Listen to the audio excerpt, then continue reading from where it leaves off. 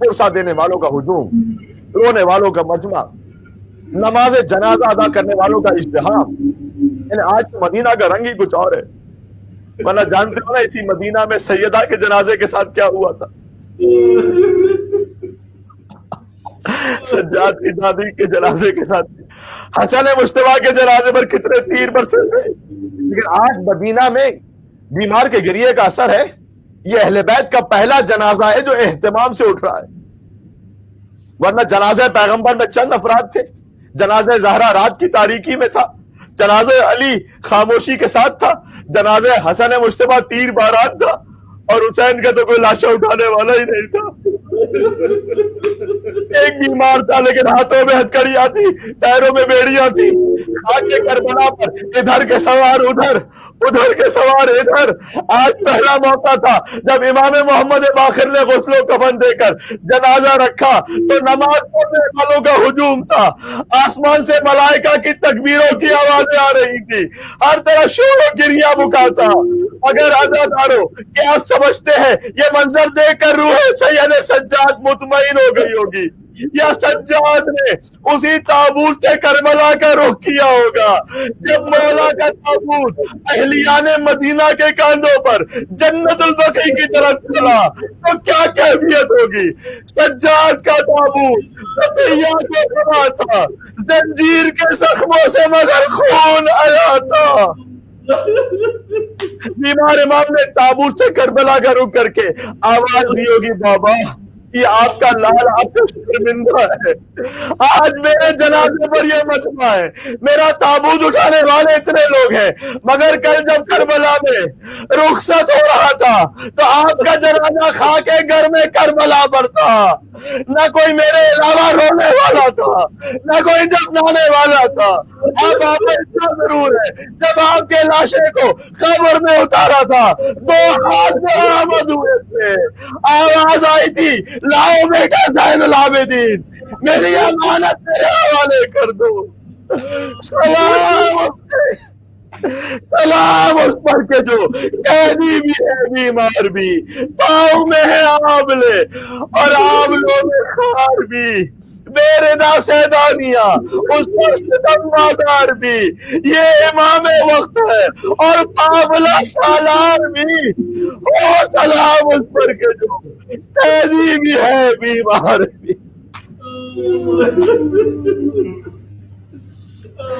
یا حسین یا حسین یا حسین یا